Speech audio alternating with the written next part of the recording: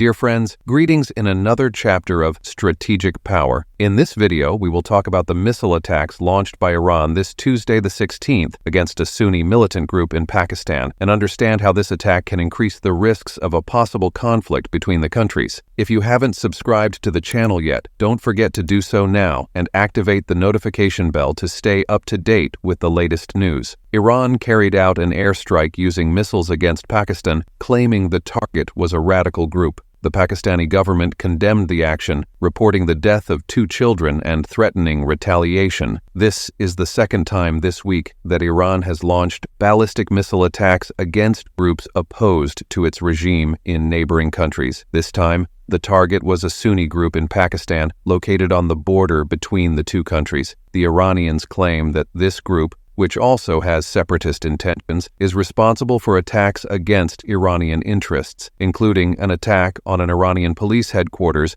that resulted in the death of 11 police officers. Iran justifies the attack, claiming it targeted this specific group using missiles and drones. The Pakistani government recorded the death of 2 children and protested against the action. Earlier in the week, Iran launched long-range ballistic missile attacks against groups in Iraq and northern Syria. However, this time, the target was a group within Pakistan, an Islamic country that also protested, fully blaming Iran for the attacks and promising retaliation. In addition, it is important to note that Pakistan has significant military power, including nuclear weapons, which amplifies concerns about the situation in the region. As we observe this escalation of tensions, it becomes clear that the region is highly volatile, reflecting a long history of instability. With Pakistan's involvement, a country with nuclear capability, concerns about security in the region are heightened, highlighting the complexity and sensitivity of this scenario. At this point, tensions have reached a significant level, and we observe an interesting phenomenon. The allies of the sides involved in the conflict in Gaza, that is, the United States, supporting Israel, and Iran, supporting Hamas, are also participating in attacks in other countries. Recently, the United States carried out bombings against Houthi positions in Yemen, while Iran bombed targets in Iraq, Syria, and Pakistan, the latter being a country that possesses nuclear weapons, as mentioned earlier.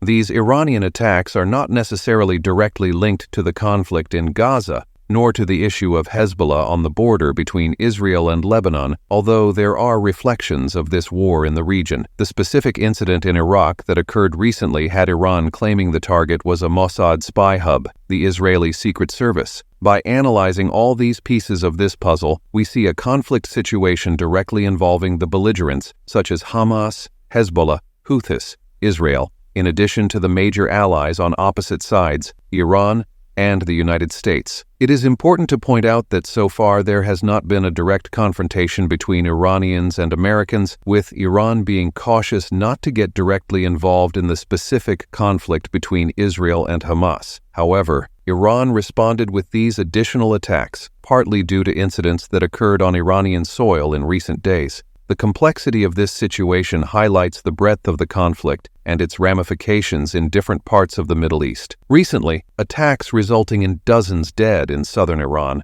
occurred during the celebrations of the 4th anniversary of the death of a leader of the Iranian Revolutionary Guard. 2 explosions occurred on the occasion, causing significant loss of life. Iran's retaliations are now actually related to that previous attack. It is not necessarily a matter directly linked to the war between Israel and Hamas, but it adds a layer of complexity and suffering to this already chaotic situation in the Middle East. Although some people suggest that the conflict may spread regionally, we are already witnessing a regional-scale conflict in some points, with the Gaza Strip being an example of high intensity.